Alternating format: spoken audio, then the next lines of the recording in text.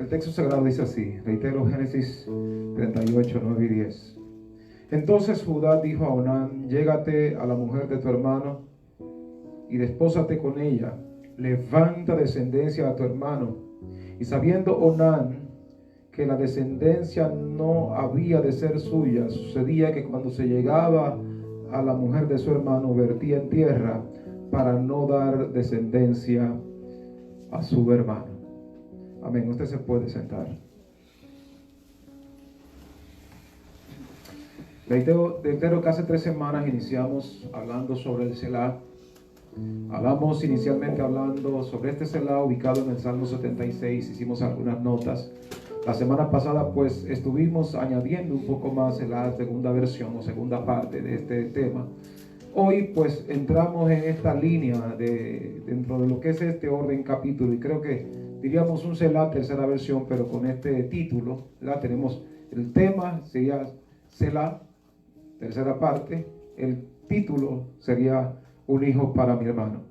Esto es fundamental e importante. Habíamos hecho algunas notas y lo ubico en esta oportunidad, interpretando que dijimos que Selah es un alto, es un stop, es una pausa. Hablamos en el contexto musical, hablamos abundantemente de esto y lo apuntamos en diferentes contextos. Hablamos de Génesis 38 como cuando Judá se aparta de sus hermanos luego de fraguar junto con ellos la muerte de su hermano José, y finalmente pues accede, él mismo le surge la fértil idea de que mejor se venda, no lo dejen en la cisterna, no vaya a ser cosa que una fiera lo destruya, sino que lo vendan a los ismaelitas que pasaban por aquel momento nómadas, y que entonces llegaría como final hasta Egipto.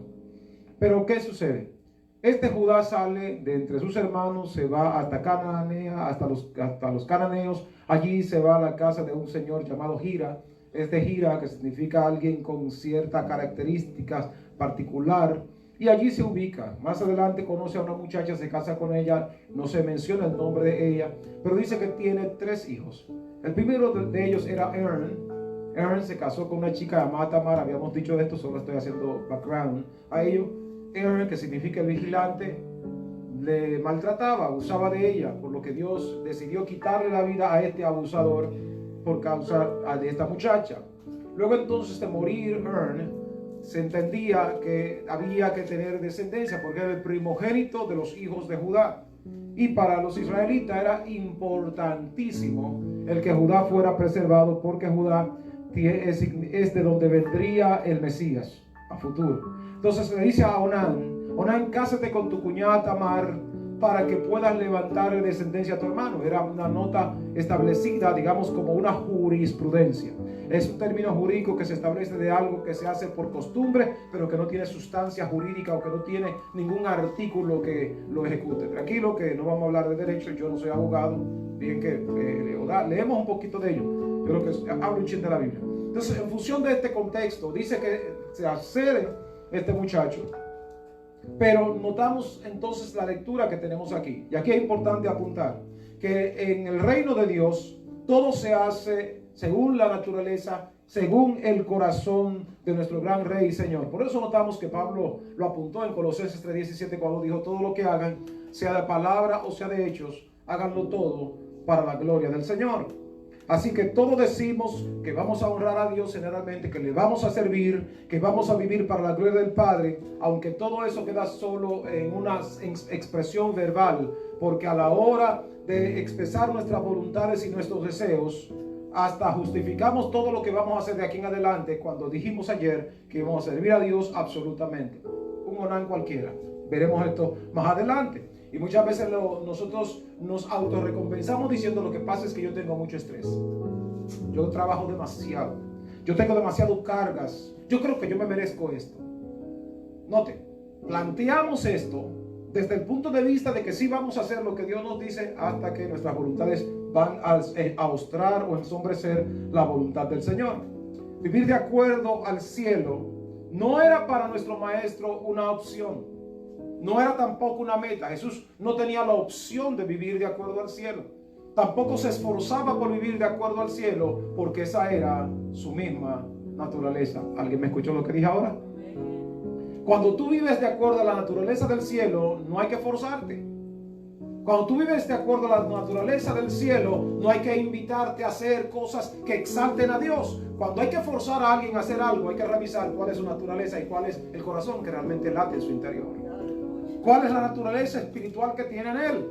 Sin embargo, cuando observamos todo esto, es importante que miremos y planteemos. Miremos a Jesús, Isaías 52, verso 14, donde está establecido que ya nosotros lo veremos inatractivo, que Jesús fue desfigurado. El Padre mismo inicialmente le dijo que se despojara. Isaías capítulo 6 es un relativo a lo que sucedía. ¿Quién enviaremos por nosotros? ¿Quién irá? Escuchó que dice, yo iré, envíame a mí. O sea, en este caso, cuando Isaías responde, está tomando la posición de aquel que en el eterno concilio divino, en aquella reunión divina, dijo, yo iré por ellos. Entonces, este Jesús lo vemos inatractivo. En lo humano, el cual estuviera inatractivo, pero en su carácter espiritual, aún los mismos demonios lo reconocían. Le decían, nosotros no sabemos quién eres, tú eres el Santo de Dios. En lo humano estabas inatractivo, pero en lo espiritual los demonios reconocían que en él había toda la esencia del cielo, y eso es lo que necesita el enemigo conocer de nosotros. ¿Alguien me escucha lo que digo? Que te puedan ver que de pronto tienes flaquezas, que tienes limitaciones humanas, pero que puedan reconocer que el depósito de Dios en tu vida es más grande que lo que tú eres en el orden físico. Dios nos hizo nacer en su reino para que vivamos en conformidad a la naturaleza divina, como dice Pedro capítulo 1, segunda carta capítulo 1 verso 4, habiendo huido de la corrupción que hay en el mundo, dice allí, por esto mismo, ¿verdad? Añadan a la fe virtud, y por ahí empieza a dar un conjunto de elementos que conectan con esta naturaleza. A Dios lo único que le agrada es lo que es como Él, y Él solo aprueba lo que es de acuerdo a su persona y a su reino. Es interesante ver que Dios había determinado que en la descendencia de Judá viniera el Mesías. Por eso era importante el poderla preservar.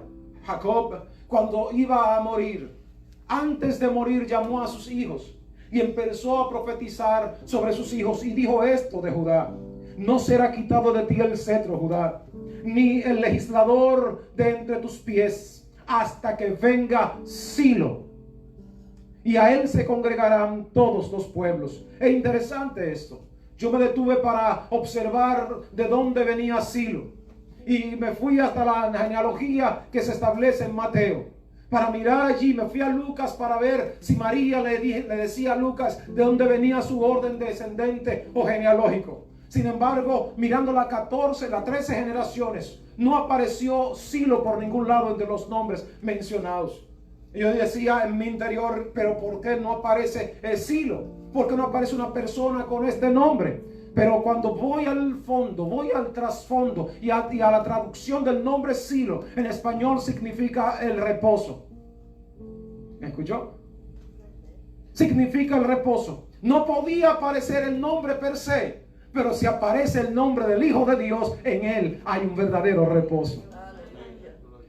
Es interesante esto, porque la verdad es que solo cuando nosotros podemos conectar con la naturaleza perfecta del reino, entonces entramos en este verdadero reposo. Y pienso en lo que Pablo dice en Hebreos capítulo 4, 1 hasta el 3, donde él dice: temamos pues, no sea que aún permaneciendo la promesa, muchos de nosotros dejemos de alcanzarlas, porque a nosotros, al igual que a Israel, se nos hablaron las mismas promesas, y solo que a Israel no les aprovechó, porque no fue acompañado de fe en los que la oyeron. Dice el verso 3 de Hebreos 4: por eso el Señor juró en su ira, no van a entrar en mi silo, no entrarán en mi reposo. O sea, a Dios le importa que el que se escuche, pero con la atención, con la disposición de obedecer lo que Dios dice, llevarse al campo práctico. ¿Alguien puede gritar amén? Entonces, en aquellos días, como era costumbre, el matrimonio del leribato. Lo explico una vez más, y hoy solamente lo dejo aquí como introducido. Lo desato completo la semana próxima. Aquí ya el compromiso. Es interesante que podamos comprender que esta ley del leribato establecía que cuando un hermano se casaba con una muchacha, en el orden de edades, si el mayor, el primogénito, se casaba y no tenía hijos, en el orden de edades, el cuñado tenía que casarse con la cuñada y levantarle una descendencia, un hijo, a este muchacho que había muerto. Lo explico para que lo entiendan. Porque esta parte estaba establecida dentro de este principio. Ahora, este acto de poderle dar un hijo al hermano muerto implicaba, número uno, que no fuera borrado, que no fuera arrancado el nombre del pueblo. Y este acto se llama redimir el hermano fallecido. Porque el nombre del hijo que nacía, que iba a nacer, era del hermano fallecido. Y el lugar que le correspondía en el orden de los hijos era el de la primogenitura, aunque fuera el hijo de su hermano, de su sobrino, por decir.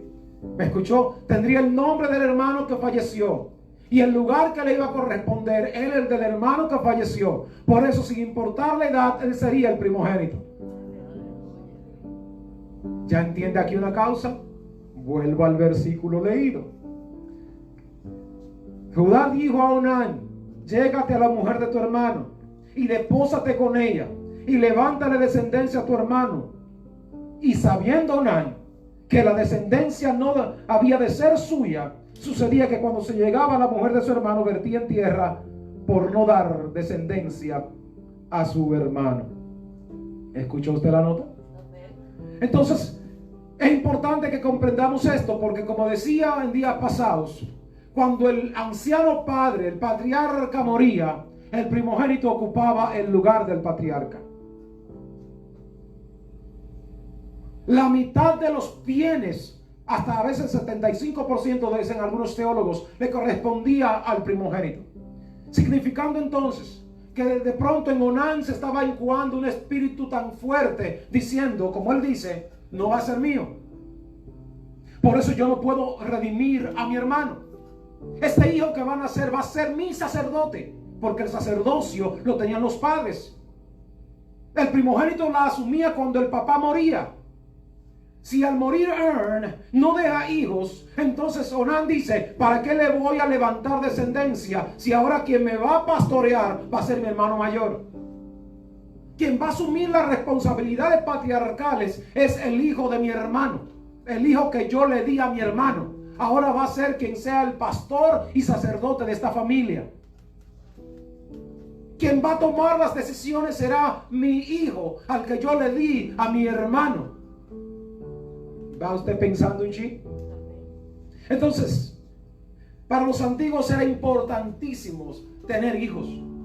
Era importante mirar la línea genealógica. Por eso es que tú miras fulano, engendró a fulano, perenceo a perenceo. Y esto era una nota que se daba. Los fariseos eran tanto que dentro de las filacterias que llevaban era un cordón en el cual iba la línea genealógica para que vieran que eran de estirpes ellos, que ellos eran de promesas, porque de hecho la bendición y las promesas se establecía a través del linaje, a través de la genealogía. Por eso es que de pronto usted ve capítulos completos en la Biblia donde se empieza a mencionar tantos nombres. ¿Y para qué voy yo a leer tantos nombres? Tantos nombres, ¿qué me entraña? ¿Qué me importa? ¿Qué me sirve a mí esto? Debe importar, porque ciertamente las promesas estaban marcadas en esas genealogías establecidas en ese corte de línea genealógica. Entonces es importante que nosotros pensemos y observemos y miremos esto. A mí me importó tanto. Yo decía, pensaba y miraba dentro de mis padres, mi madre, pienso, no recuerdo que haya un creyente. Lo meditaba y miraba a mis abuelos. Decía, no recuerdo que haya creyente. Por mi familia paternal tampoco miraba que había creyente. Y digo, pero entonces, ¿quién fue cristiano en mi familia que yo lo soy? Y cuando empiezo a observar y a hacer estudios, descubro que Gregorio Luperón, el cuarto padre de la patria de mi país, fue ministro, fue un creyente.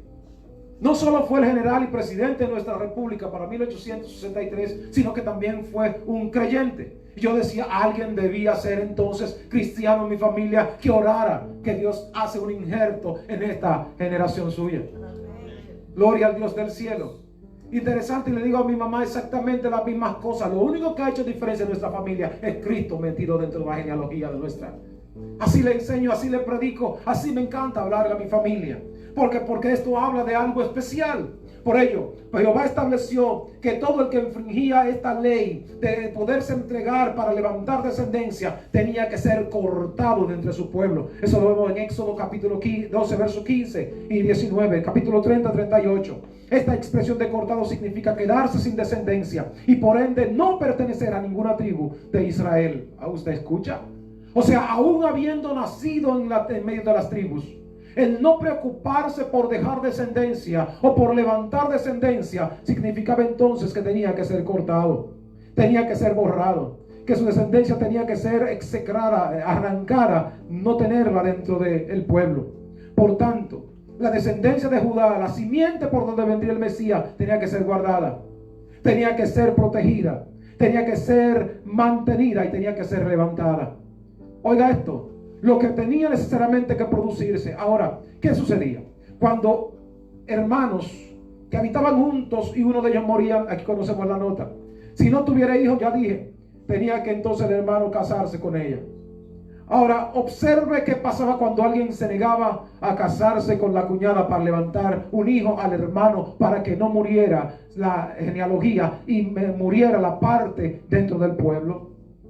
Note, si el hermano no quisiere consumar o tomar su cuñada, ella irá entonces a la puerta y dirá a los ancianos: mi cuñado no quiere suscitar nombre en Israel a su hermano, no quiere emparentar conmigo. Entonces los ancianos de aquella ciudad lo harán venir y hablarán con él. Y si él se levantara y dijere: no quiero tomarla, entonces se acercará su cuñada a él y delante de los ancianos le quitará el calzado del pie y le escupirá en el rostro y hablará y dirá: así será hecho el varón que no quiere edificar casa a su hermano, y se le dará un nombre en todo Israel y será la casa del descalzado. La casa del descalzo. Usted dirá: bueno, gran cosa que le quitan el zapato, él puede buscar otro. Sin embargo, no se trata de esto. Pensemos inmediatamente en todas las implicaciones sociocultural y medioambiental para entonces. Número uno, socialmente hablando, era un estigma que este tipo iba a arrastrar consigo y que no sería contado jamás dentro de las genealogías de su pueblo, aun cuando de repente estuviera en el pueblo, pero no era parte del pueblo. ¿Usted está aquí? Aun cuando de repente él pudiera conseguirse un calzado por ahí, pero mientras esto se produce, en su propia casa habría una marca que dice los descalzados. No solo deshonra para él, para la esposa, para los hijos, sino que no iban a tener parte en la descendencia del Eterno. Alábelo aunque sea bajito. Entonces imagínense, ahora pensemos en la parte de la condición medioambiental. Un lugar caliente por demás por tener el Sahara muy cerca. El desierto del Sahara, un lugar muy caliente por demás ser seco y no árido, un lugar con cierta calidad fuerte, ruda para el que ande descalzo allí. Entonces, así se va a tratar al hombre que no quería levantar descendencia a su hermano. Se le iba a humillar delante de todos, se le avergonzaría públicamente. Y se le ponía un nombre a ese egoísmo suyo: el descalzo. Ahora, la pregunta de reflexión: ¿cuántos descalzos habrá hoy? ¿Cuántas personas están descalzas hoy por negarse a levantarle descendencia a su hermano? ¿Cuál hermano? Denme un chance, ya voy para allá. ¿A quién vamos entonces a poder levantarle descendencia, o a quién nos negamos a levantarle descendencia? Es importante interpretar esto, porque la descendencia del hermano muchas veces no nos importarle el nombre ni la honra del hermano. Esto va proporcionalmente opuesto al espíritu del evangelio. Pablo dice en Romanos 12, 9 y 10: el amor sea sin fingimiento. Aborrezcan lo malo y sigan lo bueno. Ámense los unos a los otros con amor fraternal. En cuanto a honra, prefiéranse los unos a los otros. Note lo que está diciendo el apóstol Pablo. Por ello es interesante poder interpretar que muchas veces no honramos literalmente al hermano. A veces es una expresión solo verbal. El amor no es cuestión de palabra. El amor tiene que ver con actitud. El amor tiene que ver con axiomas. ¿verdad?, axioma, por decir, la parte práctica, tiene que ver con esto. Porque a veces decimos, y por ahí a veces se canta, hermano te amo, hermano te amo, porque Cristo me ama a mí. Ama si quieres ser feliz, dice la canción, ama y todo cambiará. Ama y así comprenderás la alegría de vivir. Hermano te amo. Bien que no lo sabemos. La verdad es que esto tiene que ir un poco más allá al fondo. En el caso de Onán, que le dice a su padre, cuando su padre le pide, él dice, no, sí, señor, con mucho gusto, yo voy a tomar la posición de mi hermano, yo voy a aceptarla. Y dice, ¿verdad?, que se la llevó hasta su casa, ante los ancianos, me imagino, públicamente acepta. No, esta muchacha, esa mujer no se va a quedar con estigma social. Mi hermano va a tener descendencia dentro del pueblo. Yo me voy a dedicar a levantarle un nombre al hermano. Ahora es importante que nosotros internalicemos y miremos y hagamos retrospección. O sea, miremos a lo que tratamos la semana pasada. Y si observamos y miramos, Onán, que de repente delante de todos era el tipo que amaba tanto a la chica Tamar, era el tipo que se dedicaba a atenderla, a valorarla, y que todos veían que el muchacho caminaba del brazo con ella, quizá le mostraba los mimos, esos afectos, para que me entiendan, no hay interpretar de mimos de hacer, ¿verdad?, mímicas, no, mimos de cariños, a eso me refiero. O sea, a la medida que nosotros podemos pensar la nota, el tipo se mostraba tan cuidadoso de ella, cuando estaba delante del pueblo, delante de los ancianos, y de pronto delante de su propio padre. Pero cuando llegaban a la habitación, cuando la puerta se cerraba, cuando las cortinas se cerraban, cuando entraban a la habitación secreta, el tipo no le importaba un bledo el sufrimiento de la mujer. Prácticamente la usaba como un instrumento, pero no para poder satisfacer la intención del corazón del padre, que dijo, acásate con la cuñada para que me levantes al descendiente de tu hermano fallecido, para que pueda tener parte en el pueblo, porque de viene la descendencia, por viene el Mesías, por va a venir esta persona que va a salvar la humanidad, ese que fue prometido, Génesis 3:15, de la simiente de la mujer. Tiene que ir a levantarle descendencia a Sí, señor, yo voy sin problema. Muy bonito, ¿no? Chévere. Pero la pregunta que orbitaba el pensamiento de Onán, ¿y cuál es mi ganancia? Si a la postre ni va a ser mi hijo, segundo, va a tener más herencia y beneficios que yo, porque el otro 50% serían 25 para Selah y el otro 25 para mí, y él con el 50%. Después de eso, él sería mi jefe, mi propio hijo, al que yo le di a mi hermano. Obviamente, ya tampoco sería su hijo. No va a ser mi hijo, no voy a tener los beneficios, y encima de esto, mira lo que va a suceder. Aquí es importante que miremos que desde la antigüedad a esta parte de la primogenitura se le daba tanto valor. Por ello, cuando vamos a Génesis capítulo 25, versos 31-33, usted nota que allí Jacob le dice a Esaú, véndeme tu primogenitura. Pero también, como existen personas que valoran la primogenitura, existen otros que la desconsideran. Esaú dijo, yo ahora lo que tengo es hambre, así que por un poquito de pan y por un poquito del guiso, de la lenteja esta rojita que tú preparaste, dámela, yo te la vendo. Hay gentes así. Sin embargo, lo que Esaú pensó que era un juego de niños, luego se dio cuenta la triste realidad. Por ello, cuando observamos en el capítulo 27, vemos del verso 16 al 36, él entonces dice, no por algo le llamaron Jacob, pues me ha suplantado 2 veces, apoderándose de mi primogenitura, he aquí, ha tomado mi bendición. Porque hay gentes que no valoran la primogenitura. Hay gentes que no entienden el lugar, no entienden la posición a la cual el Señor les coloca. Sin embargo, generalmente los Onán orquestan su farsa. Por prudencia y delicadeza nadie habla de la intimidad de lo que pasa en la habitación, excepto alguien que tenga la moral erosionada y que no tenga ningún tipo de pudor. Nadie habla de lo que hace en su habitación con su compañero o compañera, con su cónyuge, excepto alguien que no tenga moral.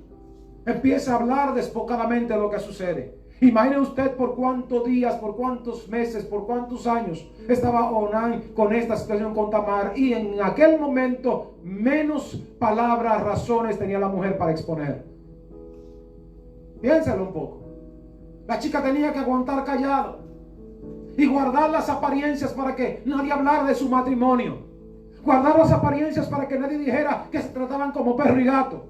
para que nadie le empezara a señalar y decir, estos que tan lindos se ven en Facebook, pero en sus casas lo que son un par de perros que viven peleando y mordiéndose a sí mismos.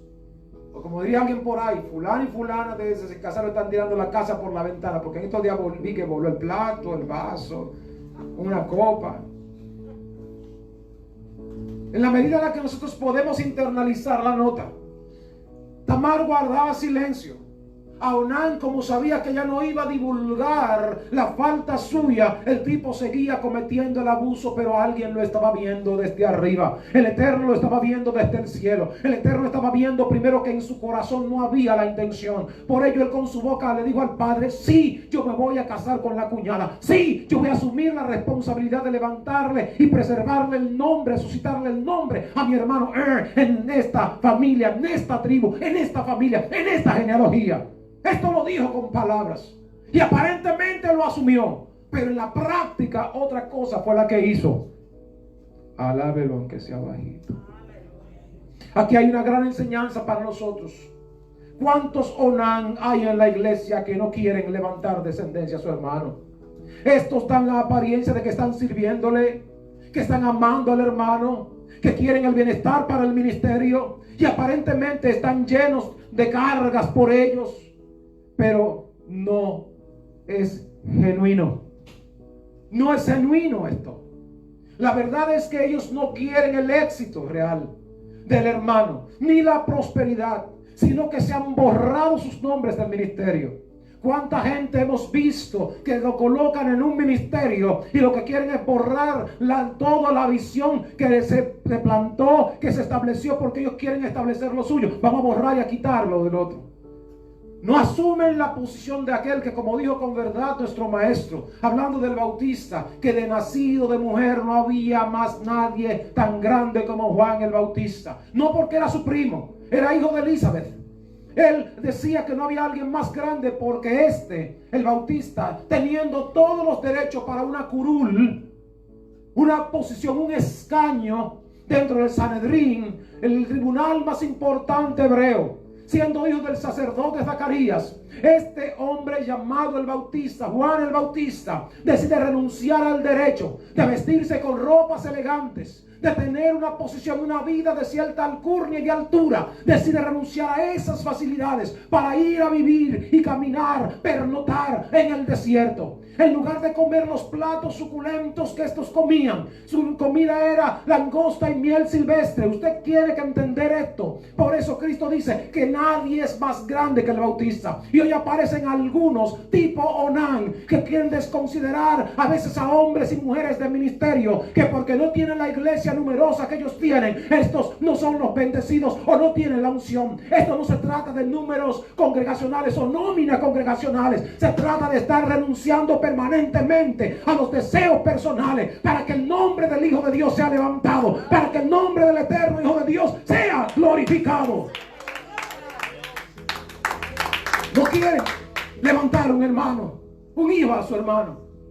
Y es importante que nosotros comprendamos esto. Quieren que se borren y que se anulen. Usted ve que muchos mensajes que hemos tenido que filtrar por estos años, empiezan estos que tienen una iglesia numerosa y con ciertos recursos y facilidades a hablar y a señalar a estos pastores sencillos y humildes, a decirle a la gente en indirectas, en un mensaje subliminal: tú no vas a prosperar allí, tú tienes que buscar donde Dios te vaya a prosperar, porque quieren levantar su propio nombre, quieren levantar su propio nombre. No hacia el nombre del Dios eterno, no hacia el nombre del que es sobre todo nombre, el nombre del Cristo. Por eso es necesario consumirse para dar lo mejor de nuestras fuerzas, desprenderse para que otros sean alcanzados, como lo hizo el maestro Filipenses 2:5 en adelante, que no estimó el ser igual a Dios como cosa que aferrarse, sino que se despojó a sí mismo, haciéndose obediente hasta la muerte y muerte de cruz. Por lo cual Dios le exalta hasta los sumos y le da un nombre que es sobre todo nombre, para que el nombre de Cristo se doble toda rodilla, lo que están en el cielo, en la tierra y debajo de la tierra, y toda lengua confiese que Cristo es el Señor, para gloria del Padre. Entonces, cuando nosotros podemos interpretar esta nota, tenemos que verlo desde la perspectiva misma de la creación. Nuestro primer padre, Adán pecó contra Dios. Por consecuencia, todo lo que nacía de Adán era pecado. Y el que no hizo pecado, Dios lo hizo pecado. Dios le dijo, ve por nosotros, conviértete en pecado. Alabanzas. Conviértete en pecado. Vuélvete al segundo Adán, pero ya no con relación al pecado. Vuélvete en el segundo Adán, pero para que me levantes una descendencia santa como yo soy santo. Oh, por Dios. Y Cristo tomó la mujer de Adán, la que no podía dar a luz de acuerdo a la naturaleza correcta. Esta mujer de Adán no fue Eva, fue la humanidad. ¿Me escuchó? Fue la humanidad.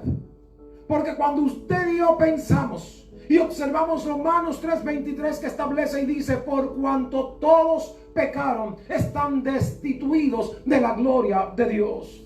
Nuestro maestro tomó el lugar de nuestro padre Adán, de ese que no te levantó una descendencia santa para el eterno. El Señor tuvo que venir y decir, yo voy a tomar el lugar para levantarle a Adán una naturaleza, una familia, de acuerdo a lo que el Señor pensó antes de que el pecado se entrara en su seno, antes de que el pecado entrara en sus arterias, antes de que el veneno mortal, y lo recordarán, ¿verdad?, nuestra serie que dimos hace fue el año pasado. Entonces, también nosotros podemos interpretar la nota. Dios está esperando en que nosotros se produzca necesariamente esto, que empecemos a observar lo que nuestro Señor hizo. Tomó esta naturaleza y la descendencia de Dios tenía que ser santa. Por tanto, Cristo vino a redimir a Adán, ocupó su lugar, se casó con esta mujer llamada humanidad para levantar una descendencia a su hermano. Adán fue redimido por su hermano que lo amó. Nuestro maestro levantó la simiente y con ella llenó la tierra. Usted observa que el texto sagrado establece en Isaías, le veremos más inatractivo cuando haya expuesto su vida por muchos, verá linaje y su descendencia, ¿quién la contará? ¿Me escuchó? Y yo le pregunto a usted, ¿con quién se casó Cristo? ¿Cómo se llama la mujer con la que él se casó? En el orden humano no hubo ninguna. Pero en el contexto de una naturaleza, Cristo se casó con una naturaleza caída, pecaminosa, para entonces poder dar a gente santas como las que están aquí. ¿Cuánto dicen amén a esto? Óyame, y esta descendencia por más de 2000 años está llenando la tierra.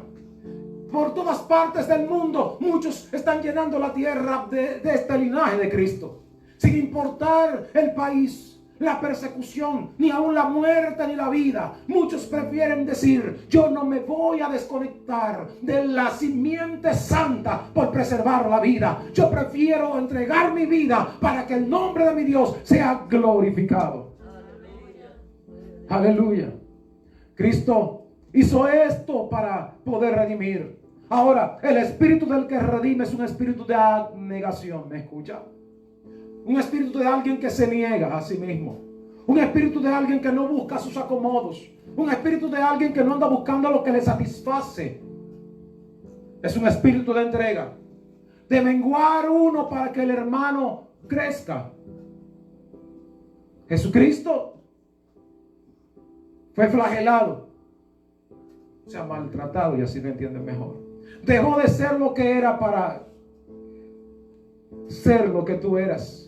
Y ahora puedas ocupar el lugar y ser contado dentro de la naturaleza, dentro del linaje de la familia de Dios. Eso es redimir. Por eso cuando él dice en el libro de Salmos capítulo 47 y 8, y aquí yo vengo en el rollo del libro que está escrito de mí. El hacer tu voluntad, Dios mío, me ha agradado y tu ley está en medio de mi corazón. El texto sagrado está diciendo de que Cristo mismo se negó permanentemente a hacer lo que él quería para hacer lo que le daba gloria al Padre. Por eso dije y reitero, para Cristo la meta no era vivir de acuerdo al cielo. Para Cristo no era una opción, esa era su naturaleza. La iglesia precisa de un espíritu como el de Cristo, que tome la carga de su hermano, que la lleve sobre sí la vergüenza del hermano, que se anule para poder confirmar el hermano, que muera para que su hermano pueda tener fruto y tenga vida. ¿Usted me sigue la nota? Eso es lo que debe primar en la iglesia en el día de hoy. Es lo que debe existir. Pero perdóneme, Estamos viendo muchas veces fuera de estas cuatro paredes, cuando la realidad hay que empezar a mirar dentro de nosotros mismos. En el Evangelio, la esencia del Evangelio se resume en esto de Gálatas 2:20. Con Cristo estoy juntamente crucificado, y ya no vivo yo, mas Cristo vive en mí. Y lo que ahora vivo, lo vivo en el nombre del Hijo de Dios. Gloria al Dios del cielo, el cual me amó y se entregó a sí mismo por mí. Pero interesantemente, por eso muchos no entran en el espíritu del reino, porque hay que morir, hay que desaparecer, hay que ser borrado para que Cristo sea suscrito en nuestras vidas. Tristemente, la prevalencia del espíritu de Onán en este tiempo está gobernando la vida de muchos creyentes hoy, porque su fidelidad es solo una apariencia. Sus agendas son más importantes y más que la de la iglesia. En el fondo son solo egoístas, que solo piensan en sí mismos. Son su propio Señor. No le dan razón a nadie de lo que hacen. Pues Dios sabe todo. Es la palabra que se emplea. Se sacian a sí mismos y no se toman oportunidad de saber por la necesidad y el bienestar de otro. Tomarnos solo un momento para interpretar, para interpretar que si somos una familia en Cristo, óyeme, preocuparnos por la familia de Cristo. Saber que la familia es más importante. El texto sagrado y Pablo recomienda Gálatas capítulo 6. Háganle bien a todos, pero primero comience por la familia de la fe. No está hablando por la familia de sangre, por la familia de la fe. ¿Usted entendió lo que dije ahora? Porque muchas veces antes de llegar nuestra familia de sangre, los hermanos en Cristo llegan primero. ¿Sí o no? Esto lo hemos visto y vivido por muchos años. Estamos más interactuados, más metidos entre nosotros creyentes que muchas veces los hermanos de sangre. Como dijo alguien por ahí, lo leía en una nota que escribía una actriz famosa de Hollywood, que no es familia de sangre aquel que lo es, sino aquel que realmente se preocupa por ti. Y a veces no nos preocupamos por saber, por interactuar, por compartir, empatizar con nuestros hermanos. Porque lo que me importa es cómo yo me sienta y mi agenda por encima de todo. La palabra Onán significa fuerza o agilidad. Es interesante, usar esa fuerza o agilidad para darle gloria a Dios sería lo correcto. Sin embargo, se usa no para darle gloria a Dios tratando de levantar al hermano, sino de levantar cuántos beneficios yo puedo alcanzar o puedo obtener, o cuánto yo creo que puedo saber. Y obviamente el don y el ministerio no sirve si no ministra a alguien más. Recordamos que el fruto, que cada cual va a dar fruto de acuerdo a su naturaleza, porque por lo consiguiente, si tú no das un fruto de acuerdo a lo que tú eres, no sirves. ¿Me entendió? Lo repito al paso. Si yo no paro pastores, yo no sirvo como pastor. Si yo no paro maestros, yo no sirvo como maestro. Si yo no paro a alguien de acuerdo a mi naturaleza, no sirvo entonces al propósito. Yo quiero que entiendas esto, porque a veces lo miramos solo en el orden del fruto natural, pero hablemos del fruto espiritual. ¿Cuántos hijos espirituales podamos tener? ¿Cuántos hijos espirituales podemos reproducir? ¿Cuánta gente puede nacer de nosotros? ¿Cuántos pueden venir a Cristo por nuestra predicación y por nuestro testimonio, por nuestro ejemplo? ¿Usted me sigue? El problema mayúsculo de nosotros está marcado allí, porque el eramismo, este principio erásmico del siglo XIV, del humanismo, que se ha metido entre nosotros hoy, que lo que importa soy yo, y después yo, y sigo siendo yo. Es lo que importa. No me importa cómo el otro se sienta, no me importa lo que le pase a los demás. Y este espíritu de Onán está permeando a muchos creyentes en este tiempo. Aunque no lo crea de Ripley, el Señor va a cortar los Onán. Ese espíritu tiene que desaparecer de la iglesia. En cambio, todo lo que levante la simiente del hermano tendrá parte con Dios. Es por eso que muchos no quieren la vida del reino. Y note que hoy se habla tanto del reino. Yo digo tantas dichosas prédicas del reino, pero solo del reino desde el punto de vista de cuánto me beneficia. En el fondo son un Onán cualquiera. Estamos dando el mensaje aparentemente correcto, pero la intención ¿cuál es? A Dios le importa una cosa y le importa también la otra. Le importa que no solo lo digamos con palabras, ya que de hecho, de palabra de hecho, tiene que hacerse todo para la gloria de Dios. De palabra pues decimos que esto es para la gloria de Dios, pero ¿qué hay en el fondo? ¿Qué hay en la intención? Onán dijo, yo me voy a casar con la cuñada, yo le voy a levantar descendencia. Pero cuando estaba tras bambalina decía, y es fácil. Yo me voy a dar un hijo a mi hermano para que lleve todo el billete, para que la herencia mayor le toque a él. Y luego entonces hasta mi propio hijo, que ya no es mío, entonces sea mi propio jefe. No, esta así no se puede. Y ese es el pensamiento de muchos pastores Estoy hablando de pastores, desde mi generación de los 80s, cuando recibí a Jesús. Que de repente, ibas sacando la cabeza con un ministerio y te pasaban una guillotina voladora, ¡suap! Te llevaban la cabeza. ¿Cómo yo voy a dejar que vayan a estudiar al seminario? ¿Cómo? No, porque de repente, y así decían, se le vaya el espíritu. Eso me dijeron a mí. ¿Cómo voy a estudiar en la universidad? Entonces, el que va a la universidad vuelve un ateo. Eso me dijeron a mí. O sea, no estoy hablando de algo que yo no lo haya vivido. Que te botaban de la iglesia, te excomulgaban, como dijo un ministro a un pastor, a un ministro amigo mío, compañero. Yo, fulano de tal, con la autoridad dada de Dios. Mateo 18 dice que lo que yo ate en la tierra sería atado en el cielo, y que etcétera. Por lo que yo digo que tú eres excomulgado de esta iglesia y del cielo. Así dijo. Me reservo el nombre porque anda por ahí caminando. O sea, a la medida que nosotros pensamos esto, son de las cosas que tuvimos nosotros que ver y oír. Porque de repente les importaba más su propio peculio, su propio beneficio. Cuando vamos a levantarle un hijo al hermano, quiero que entiendas quién es el hermano. Pablo dice en Romanos 8:29, porque a los que Dios conoció, a los que conoció de antemano, también los predestinó para ser formados o para que sean conforme a la imagen de su hijo, para que él sea el primogénito entre muchos hermanos. ¿Se entiende ahora quién es el hermano? ¿Quién es el hermano? Grítalo. ¿Quién es el hermano? Cristo. Ese es el primogénito.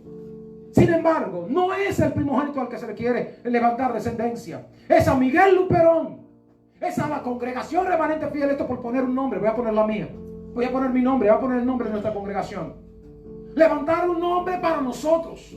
Levantar un nombre para mi concilio. Cuando esto se trata de levantar hijos que vengan a ocupar el nombre de Cristo, que vengan a entrar en la genealogía de Cristo, si Cristo mismo no le importó llevarnos y sentarnos a la diestra de la majestad del trono en las alturas, dice Pablo en Colosenses 3:1-3, si pues hemos resucitado con Cristo, busquemos las cosas de arriba donde a Cristo sentado a la diestra del Padre, y cuando Cristo en nuestra vida se manifieste, seremos semejantes a Él, porque nuestra vida está escondida con Cristo en Dios. O sea, Cristo descendió para entonces podernos levantar como una humanidad que estaba perdida, sin fruto y sin descendencia, y nos lleva, pero ahora venimos con el fruto. Alabanza.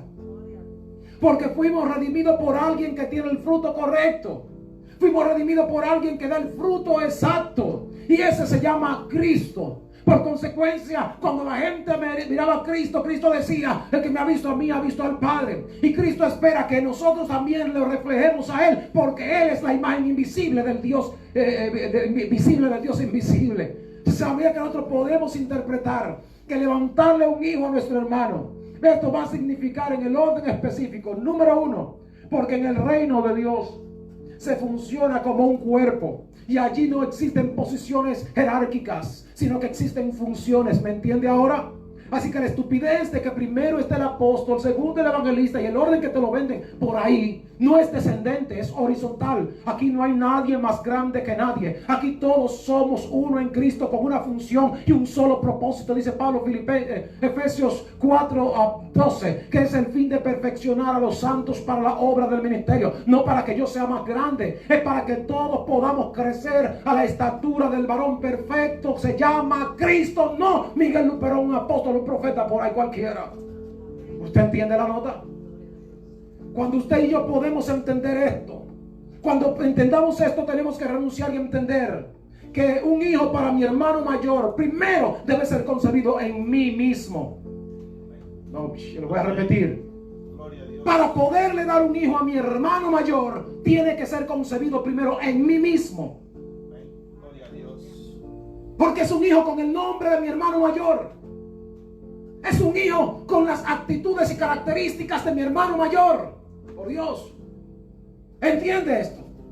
Por ello, qué gozo y qué honor nos resulta a los que hemos aprendido esta verdad, poder menguar para que otros crezcan, poder decir mañana gloria a Dios porque otro es el que está pastoreando, poder decir gloria a Dios porque mañana es otro el que está enseñando, poder decir gloria a Dios porque mañana está el otro que es el apóstol, que está el otro que es el evangelista. O sea, que pueda haber esa alternabilidad en el reino, que nosotros nos gastemos para que otros sean formados, pero por Dios, déjate formar. Deja formar a Cristo en tu vida. Pablo tuvo que decirle a Gálatas capítulo 4. Él tuvo que decirle, por usted tengo que volver a sufrir dolores de parto hasta que Cristo sea formado en ustedes. ¿Ya entendió la nota? Y nos pasa esto. Cuando hemos interpretado la necesidad de levantarle a un hermano, a nuestro hermano mayor, un hijo, a nuestro hermano mayor, tenemos que interpretar el gastarnos. Tenemos que interpretar que no es nuestro acomodo, o lo que a mí me convenga, o lo que yo interprete que es lo correcto. Por Dios, por muchos años hemos estado viendo esto, y se ha vendido mucho esto. Muchos han sido alcanzados por esta malicia, la enseñanza que yo creo que nace en el infierno. Cuando las cosas empiecen a suceder, reitero, es porque Dios la permite. Y cuando algo a Dios se le escape de las manos, pregúntese qué Dios es ese. Porque al que yo le sirvo, no se le escapa nada. Yo no sé si no tiene pestaña. Lo que la Biblia dice que no se dormirá ni el que guarda a Israel. No, ni siquiera pestaña, está pendiente de lo suyo. Es lo que yo sé de lo que dice la Biblia. Eso fue lo que Él nos ha enseñado por el curso de este tiempo. Y a veces usted ve creyentes que están tan pavorizados, están tan preocupados por sí mismos. No porque mi ministerio, celando tanto su ministerio, mi amor, es que tu ministerio no sirve si no va a bendecir la vida de alguien más. Es que tu ministerio no sirve si no levanta a alguien más. Es que tu ministerio es infuncional si otros no son formados con lo que Dios te entregó. Y entiende que Él lo entrega. Y me encanta que Pablo dice en 1 Corintios capítulo 12, verso 3 en adelante: a cada uno les ha dado la manifestación del Espíritu conforme Él quiso. Ahora, ¿para qué? No para que yo venga ahora a subir el pecho. No, yo soy el pastor. Es para que yo pueda pastorear gentes para el reino. Y a su vez conducirlo al pastor de los pastores. Y se acaba. Esa es la idea. Pero entonces yo tengo primero que interpretar que como pastor soy oveja del pastor. ¿Entendí? ¿Se entendió? Lo explico a paso, se lo entendió. Pero a veces se nos olvida. A veces queremos quitarle la primacía al pastor para creernos nosotros los pastores. Queremos quitarle el lugar del pastor para nosotros poder levantarnos nosotros. Quitarle el lugar del apóstol para nosotros querernos levantar como apóstol. Y no te dije el apóstol, no estoy hablando de ninguno aquí en la tierra. Estoy hablando de aquel que fue enviado desde el cielo. Porque de repente lo que tenemos muchas figuras por ahí. Estoy hablando del hermano mayor. Estoy hablando del que hay que levantarle un hijo de verdad. Pero el primer hijo que hay que levantarle al hermano mayor soy yo. Soy yo el primer hijo que tengo que ser levantado de mi hermano. Hasta que no se conciba su naturaleza plena, completa y absoluta en mi vida, no califico para entrar en su gene, en su genealogía, en su descendencia, en su ADN. Porque primero está el orgullo personal. Primero está lo que yo creo de las cosas. Las cosas tienen que hacerse a mi manera porque yo aprendí. Mi amor, aquí no sirve como tú hayas aprendido. Aquí sirve como Él lo pensó, como Él lo planeó. ¿Me entiende? O lo repito al paso. Entienda esto. Si Onán significa fuerza, ¿sabe que todo lo que representa fuerza tiene que ser quebrado? Por eso mató Dios a Usa, que significa fuerza humana. Por eso Dios mató a Usías justamente porque tenía que ser desplazado para poder traer a los Isaías a la revelación. Por consecuencia, todo lo humano tiene que ser debilitado hasta que se gaste, hasta que se contraiga, hasta que se quebrante. Por eso no es del fuerte ni del ligero la carrera, del que Dios quiera tener misericordia, establece el texto sagrado. Sin embargo, nosotros estamos peleando mucho por esto. Estamos queriendo prevalecer por encima del ideal divino. Y esto no se corresponde a lo que Dios quiere. Es importante que nosotros internalicemos. Es importante que nosotros veamos, que nosotros nos alineemos a lo que Dios quiere.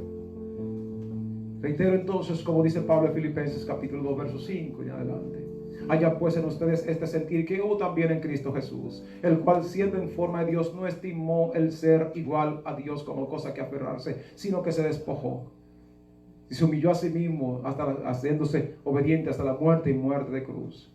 Por lo cual Dios le exaltó hasta los sumos y le dio un nombre que es sobre todo nombre. Es importante que entendamos esto. Hay un término griego allí que se llama kenosis. Kenosis es vaciarse por entero, vaciarse, quitarse prerrogativas, es humillarse por completo, doblarse por debajo de la condición humana. Eso es lo que significa. Sin embargo, nadie quiere doblarse. Sin embargo, todo el mundo quiere estar como espiga, bien paradito. Todo el mundo quiere estar recto con sus derechos, con sus razones, con sus motivaciones. Mi amor, aquí no funciona. Esto no califica el propósito. Lo que Él sí dijo Porque si él sí dijo, y es importante esto, Mateo 11:29, aprendan de mí, que soy manso y humilde de corazón, y entonces hallarán descanso para sus almas. No te filo, hasta que llegue Filo, no se va a quitar el cetro de Filo. El reposo es justamente lo que significa allí, es el descanso. No el Shabbat, no el Shabbat, porque ni siquiera los hebreos entienden lo que están hablando. Ginofer, ellos no entienden qué es eso. Ese es el reposo. No es un día. El Ginofer es una manifestación, es una temporada, es una razón. Ellos no entienden eso todavía. Porque el Ginofer se vive solo en Cristo. A eso es que se refiere Silo. Y esa es la hora en la que el Señor espera que usted y yo entremos.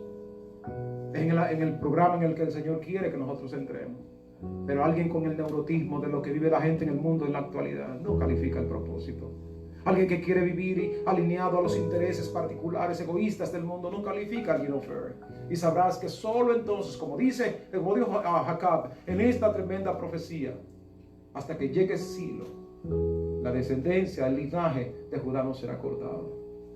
Nosotros tenemos que entrar en esa naturaleza. Tenemos que aprender a vivir en ella, pero empezar renunciando a nuestros derechos. Empezar a menguar nosotros para que crezcan otros. Empezar a darle oportunidad para que otros crezcan, pero por favor, si te dan la oportunidad, no defraudes la oportunidad. Porque la verdad es que el Señor nos llamó a hacer esto. Nos llamó y nos dio la oportunidad. Ahora lo que no espera que le defraudemos. El enemigo se lo quiso decir de Job. Él no te sirve de verdad. El tipo te sirve por intereses. Y el Señor, como sabía quién era Job, le dijo: yo te lo entrego. Yo te lo entrego. Yo sé lo que hay en Job. Yo sé que la naturaleza de Job es la correcta. Y eso dice Dios de ti, de mí. Él sabe que nuestra naturaleza es la correcta. Así que vamos a honrar al Señor. Puesto usted de pie, por favor. Gloria a Dios del cielo.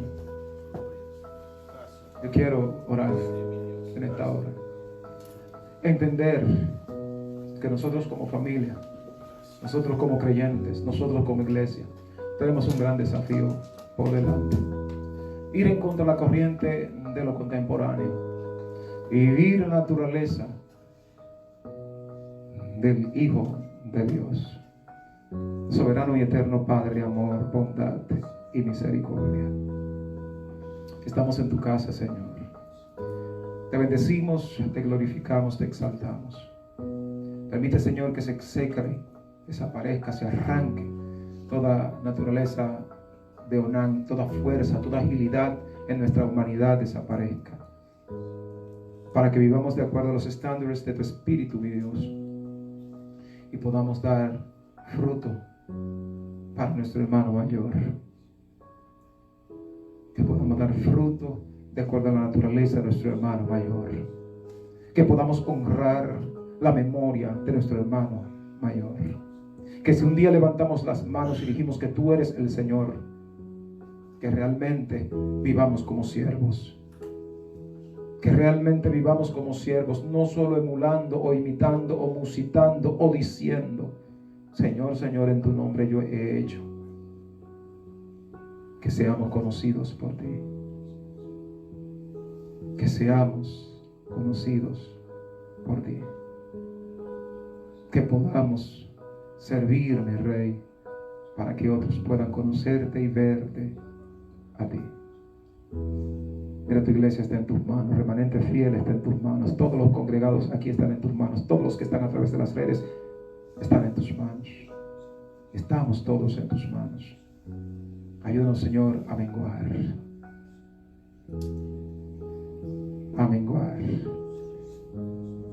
a empequeñecer, a dejar de pelear razones y derechos, a que muera Onán en nuestra vida, Señor.